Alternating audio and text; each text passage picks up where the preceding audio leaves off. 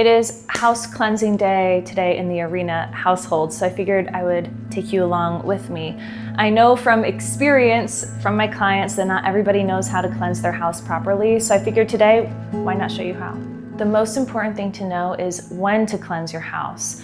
For me, I always cleanse my house after an argument, if I feel like things are a little chaotic in the house, if the dogs are running around and barking and kind of driving me crazy, I think I deserve peace, so that calls for some saging. Other times I cleanse my house are when people are going to come over, if I want to do a ceremony or some journaling or just chill, reset the energy. It's up to you. You'll know when it's right, so trust your intuition. The one step that everybody seems to miss is opening their windows. We have to open windows when we're cleansing our houses because the energy that we're clearing out has to go somewhere. The whole point of cleansing your house is so that the energy that you're feeling that gives your body, your mind, your own energy, this ick, is getting it out of the house. So what I'm gonna do right now is go to every room that I plan to cleanse and open one window.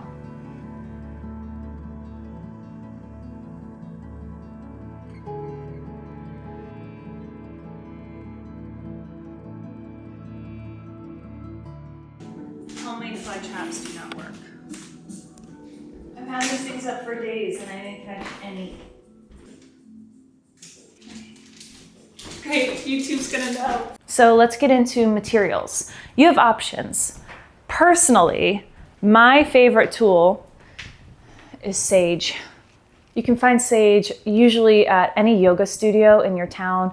You can also order it online. Personally, I love picking up sage along my travels when I'm walking around a really cute small town. I really like to buy sage from stores that I really connect with and that feel like they have good energy in them. You can also use Palo Santo to cleanse your house. Again, same thing. You can find this at a yoga studio, online. I love Palo Santo. It smells really good. Of course, you need a lighter to light everything. Now, these aren't necessary, but today I am going to be using incense. These ones are the smaller version, kind of like a cone. See, they're pretty small, but you'll also find them in a larger stick form. I find mine, again, at yoga studios or online. I'll link a bunch below that I really, really like. And then today I'm not going to be using room spray, but sometimes I do. Sometimes at the end when I'm done with everything, it's nice to go around with water, just to kind of cool things down after using so much of the fire element. I really love Walk in the Woods smell. Again, it smells like Christmas time. It's my favorite. This isn't a must, but sometimes it's good. Let's get started. I'm gonna pick up my sage and of course, light it on fire. So sage, this bundle I've actually been using for about a few months now. It'll last you a really, really long time. It's a slow burn. You can see I was just holding fire on it for a while. It's barely lit, so I'm gonna light it again. And when I go around my house, especially if I'm doing multiple rooms, I bring the lighter with me because sometimes it does go out. And right now, as I light it, I'm just beginning to think about what I want to clear from my house. So today I'm just going to go easy and just choose the mantra, I release this house from any chaotic energy. So as I move around the house, I'm going to be saying that kind of in my mind, or you can even say it out loud. So now that it's lit, we have our window open. I'm going to get up and start at the front door. This is really important because especially in my house, the front door enters into the living room. So this is a really high traffic area. I'm bringing everything from the outside world right into the center of my house. So I'm always actually saging this room. So I'm gonna start by opening the front door. I'm not gonna go outside, sometimes I do, but I'm just gonna go like this. I'm saying in my mind, I release this house from any chaotic energy. Kind of get up, go around the door frame a little bit, down below. Now I'm going to turn to my left and start moving around the entire house to the left. So notice I'm really going along every perimeter that I can. This couch goes through a lot. We have 2 dogs with a dog door. They love running all up in here and jumping all over the couch with crazy dog energy. So I'm gonna go over the couch a couple of times. And then over here, I'm gonna go up and down the corner. This corner happens to hold a lot of energy. We have a lot of books here. I have a card deck here. There's a lot of sacred items over in this corner, so I'm just really gonna get in there as much as I can. You can already see that the sage is not burning as much as it was, so I am going to grab my lighter and just put it in my pocket. Now I'm gonna keep going along this wall.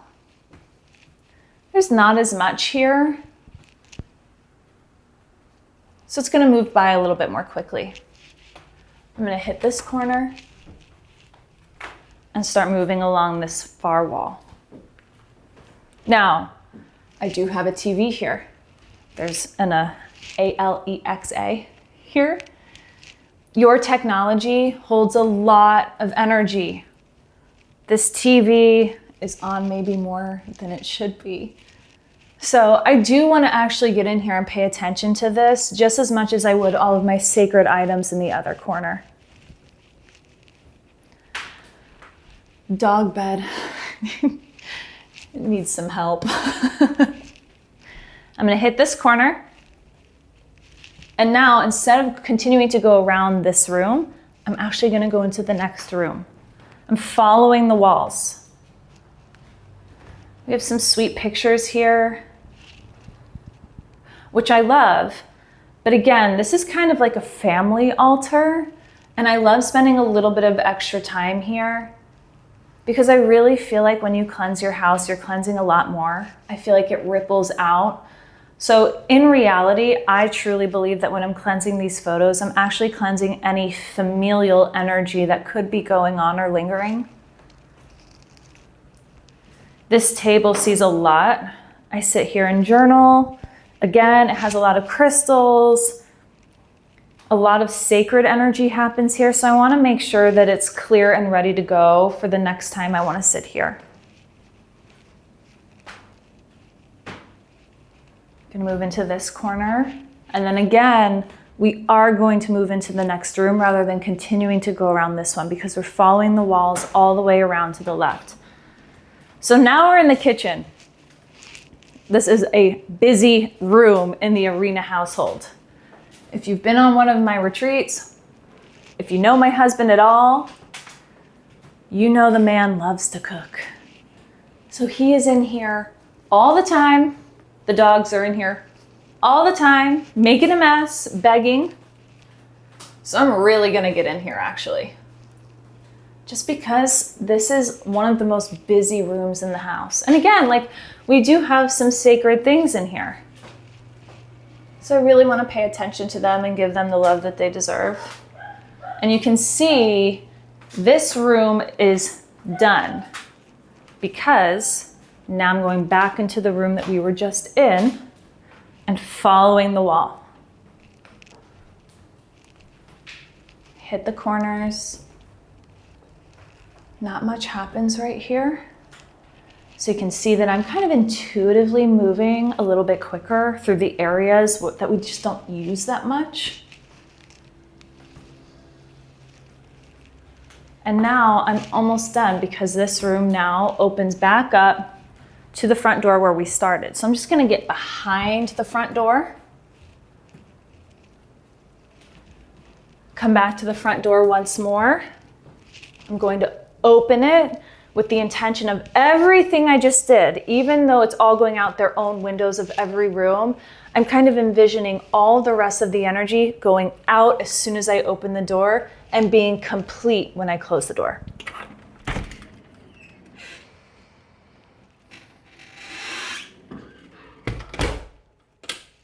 So you can see the sage is still lit. Has a pretty good light somewhere deep in there. This is where we all need to be careful. I have almost burned down my house using sage.